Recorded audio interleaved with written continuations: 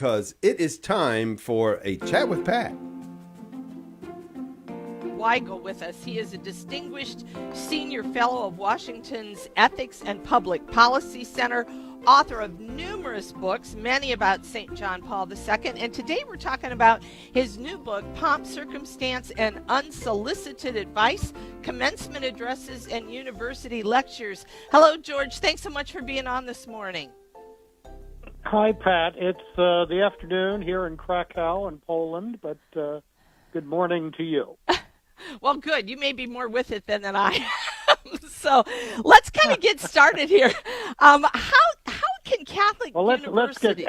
Let's get started by my saying that I hope the President of the United States has better things to do with his time than fret about sports teams' names. I know. I know. Come on. You hear first world problems, right? I mean, it's like this isn't a problem, but yeah. So let's talk about things that we believe are important here, like Catholic universities. So I want to know how Catholic universities how can their role how can they become more authentic today? And also, can they be kind of a model of university reform in our country?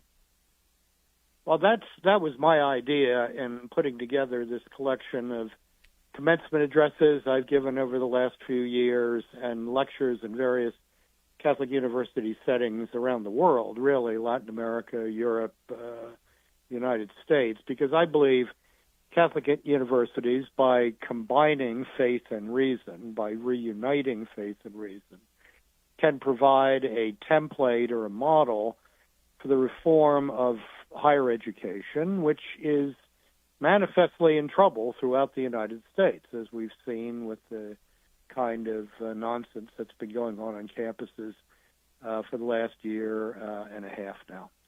So by reuniting faith and reason, by taking training in appropriate behavior seriously, by teaching students that it's possible to argue and debate without being obnoxious, without being violent, without reducing complex issues to slogans.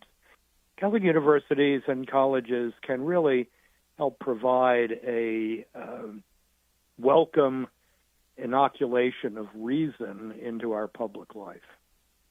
And George, do you think that over the last probably longer than numerous years, that education has shifted in more of a utilitarian sense, in the sense that it no longer really promotes kind of a classical way of thinking of education? It's more about just getting a job or promoting an ideology?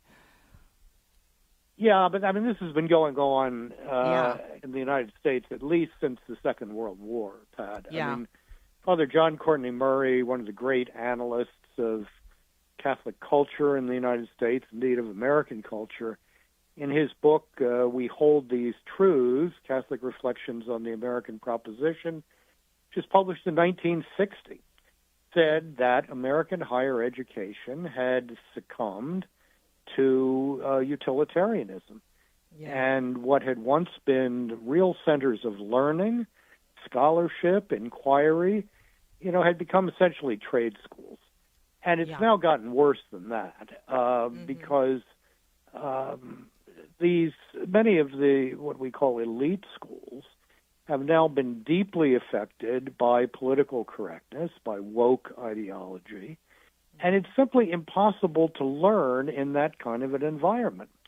So the schools who were kind enough to offer me a chance to give their commencement addresses collected in this book are the antidote to that. These are smaller Catholic liberal arts colleges and universities which take real education, real teaching, and real human formation seriously.